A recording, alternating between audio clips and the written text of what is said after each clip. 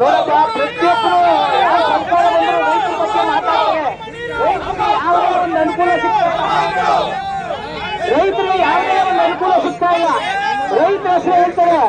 ಈ ನೀರು ತರಬೇಕಾದ್ರೆ ನಮ್ಮ ವೈದ್ಯರಾಮಯ್ಯನವರು ಎಷ್ಟು ಕಷ್ಟಪಟ್ರು ಅಂದ್ರೆ ಹೇಮಾವತಿ ನೀರ ಕುಣಲ್ಕೆರೆಗೆ ತರಬೇಕು ಅಂತ ಹೇಳ್ಬಿಟ್ಟು ಬಹಳ ಕಷ್ಟಪಟ್ರು. ಆದ್ರೆ ದೇವೇಗೌಡರು ಚಂಬಲ್ ತಾಂಡ ಊದ್ಬಿಡು ಅಂತ ಹೇಳಿದ್ರು.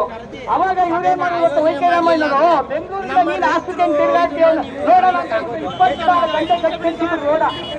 ಅದೇ ಒಂದು ಗಂಟೆಗೆ ಸರ್ಕಾರ ನ್ಯಾಷನಲ್ 24 ಗಂಟೆ ಕಟ್ಸಿದ್ದು ನೀವು ಬೆಂಸಾಲೆ ನೀರು ಬೆಂಗಳೂರಿಗೆ ಹಂಗೆ ಅವಾಗ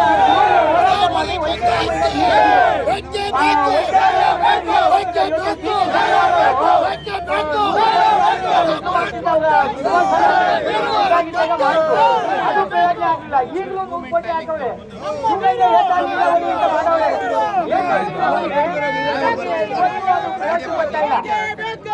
ಪ್ರಯೋಜನ ಬರ್ತಾ ಇಲ್ಲ. ಈಗ ಕಾವೇರಿ ನದಿ ಕಟ್ಟುವಾಗ ವಿಶೇಷ ಇದು ಮಾಡೋದು ಅಂತ ಹೇಳ್ಬಿಟ್ಟು ಅದೇನಾಯ್ತಪ್ಪ ಅಂತಂದ್ರೆ ಡೇಟು ಅಲ್ಲಿ ಮುಗೀತು. ಅವಾಗ ದೇವರಾಜ ನಾವು ನೀರು ಕೊಡಲ್ಲ ಕಾವೇರಿ ಅಂತ ತೀರ್ಮಾನ ಮಾಡ್ತಾ ಇದ್ದಾಗ ಇಂದಿರಾ ಗಾಂಧಿ ಅವರು ಅವಾಗ ಇಂದಿರಾ ಗಾಂಧಿ ಅವರು ಈ ರಾಜ್ಯನ ಬಿಡಂಗಿಲ್ಲ ಆ ರಾಜ್ಯನ ಬಿಡಂಗಿಲ್ಲ ಏನಿದೆ ತೀರ್ಮಾನ ಮಾಡಿದ್ರು. ನಮ್ಮ ಭೂಮಿನ ನಿಲ್ಲಿಸಿದ್ರು. ಒಂದೇ ನೋಡ ಬಂದಾಗ ಏನ್ ಮಾಡ್ತಪ್ಪ ಅಂದ್ರೆ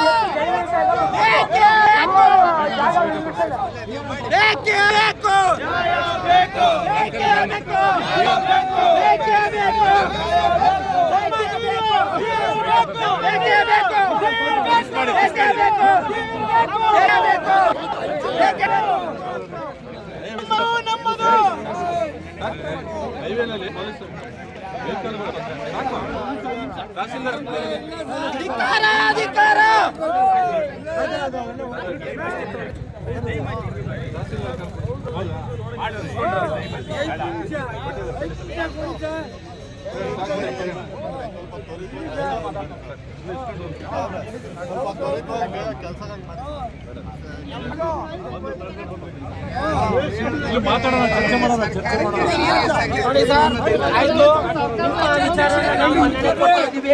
ಈಗ ಅಧ್ಯಕ್ಷರು ಬಂದವರು ಸರ್,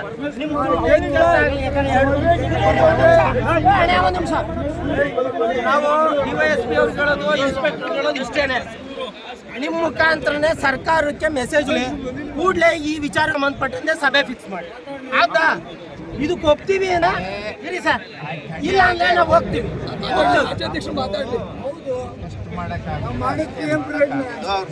ಇಲ್ಲ ಅಂದ್ರೆ ಅರೆಸ್ಟ್ ಮಾಡ್ತೀರಾ, ಮಾಡಿ ಜೈಲ್ಗೆ ಹಾಕ್ತೀರಾ.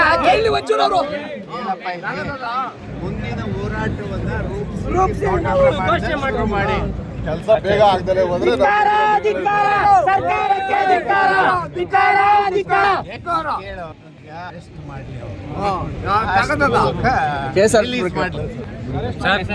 ವೆಹಿಕಲ್ ಖಾಲಿ ವೆಹಿಕಲ್ ಬನ್ನಿ ಸರ್.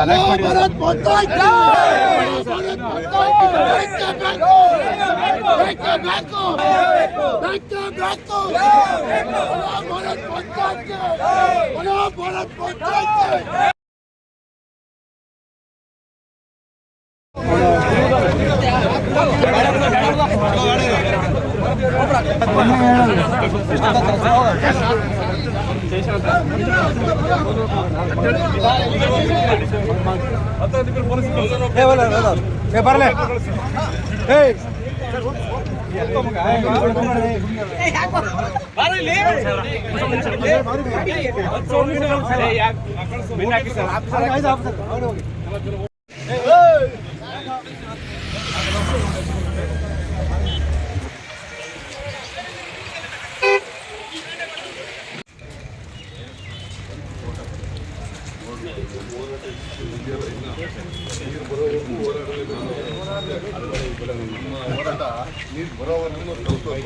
ನಡೆಸೋ ವೇಳೆ ಈಗ ನಿಮ್ಮನ್ನ ಬಂಧಿಸಿದ್ರು ಸರ್, ಇದ್ರ ಬಗ್ಗೆ ಏನು ಹೇಳ್ತೀರಾ ಸರ್?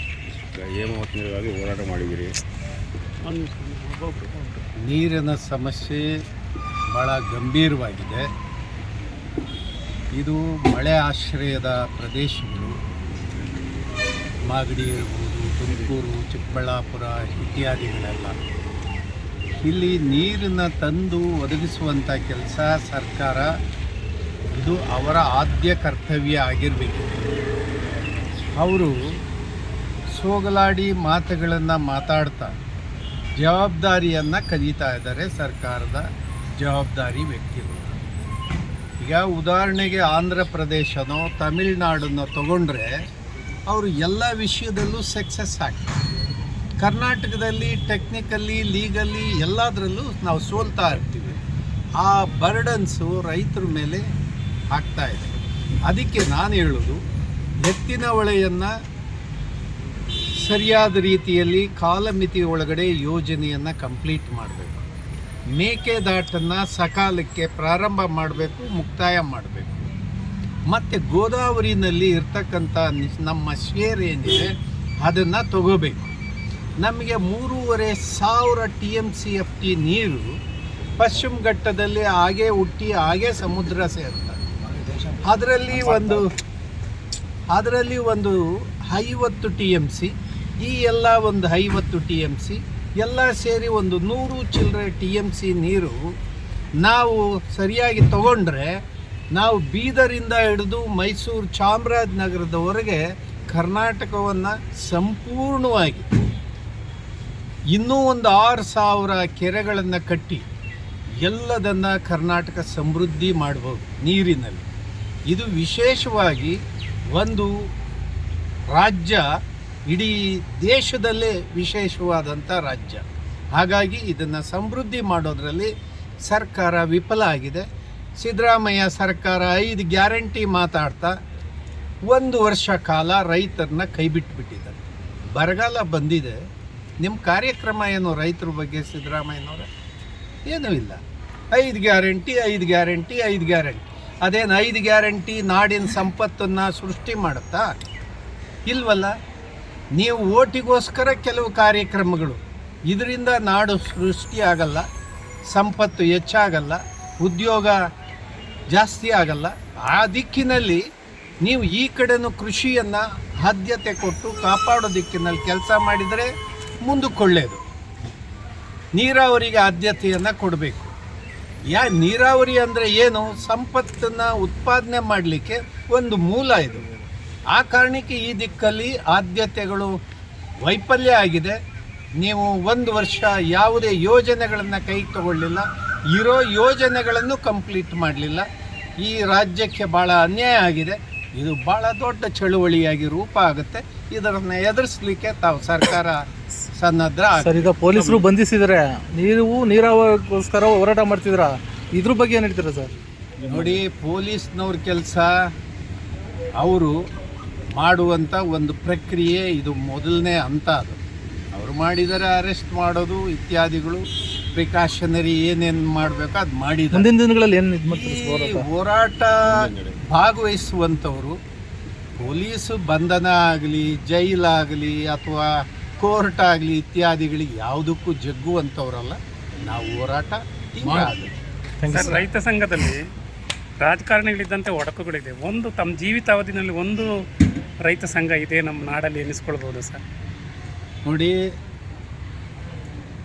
ಈಗ ಡೆಮಾಕ್ರಸಿಯನ್ನು ನಾವು ಒಪ್ಕೊಂಡಿದ್ದೀವಿ. ಹೌದು, ಡೆಮಾಕ್ರಸಿಯನ್ನು ಒಪ್ಕೊಂಡ ಮೇಲೆ ಭಿನ್ನಾಭಿಪ್ರಾಯಗಳನ್ನು ಒಪ್ಕೋಬೇಕಾಗತ್ತೆ. ಈಗ ಜೀವನ ಮಾಡೋದಕ್ಕೆ ಒಂದು ರೈತ ಸಂಘ ಅಂತಾನೆ, ಯಾರೋ ರಾಜಕೀಯ ಪುಡಾರಿ ಬಾಸುಟವಲ್ಲ ಹಾಕೊಂಡ್ಬರ್ತಾನೆ, ಇಂಥವೆಲ್ಲ ನಡೆಯೋದೆ. ಹಾಗಾಗಿ ರೈತ ಚಳವಳಿ ಇವತ್ತಿನ ಪರಿಸ್ಥಿತಿಯಲ್ಲಿ ತೀವ್ರ ಆಗುತ್ತೆ, ಅದು ತನ್ನೀಚೆಗೆ ತಾನೇ ಬೆಳೆಯುತ್ತೆ. ತಮ್ಮ ನಾಯಕತ್ವದಲ್ಲಿ ಒಂದುಗೂಡಕ್ಕೆ ಸಾಧ್ಯತೆ, ಆಶಾಭಾವನೆ ಇದೆಯಾ? ಇಟ್ಕೊಂಡಿದ್ದೀವಿ. ನಂಜುಂಡಸ್ವಾಮಿಯವ್ರ ರೀತಿ, ಹೌದು, ಇಟ್ಕೊಂಡಿದ್ದೀವಿ. ಸುಂದರೇಶ್ ರೀತಿ, ತೇಜಸ್ವಿ ರೀತಿ. ನಂಜುಂಡಸ್ವಾಮಿಯನ್ನೇ ರೈತ ಸಂಘದಿಂದ ವಜಾ ಮಾಡಿಬಿಟ್ರು, ನಿಮ್ಗೆ ಇದು ನೆನಪಿರಲಿ. ಹೌದು ಸರ್. ಹಾಗಾಗಿ ಇದೆಲ್ಲದನ್ನ ದಾಟಿ ರೈತರು ಒಗ್ಗಟ್ಟಾಗ್ತಾ ಹೋಗ್ಬೇಕಾಗುತ್ತೆ. ಒಳ್ಳೇದಾಗ್ಲಿ ಸರ್. ಹೇಮಾವತಿ ನೀರು ಬಂದರೆ ಸಾಕು, ಮಾಡಿ ಬರುತ್ತೆ. Thank you. ಆಗೋ ಒಟ್ಟು ನೀರು ಬರುತ್ತೆ.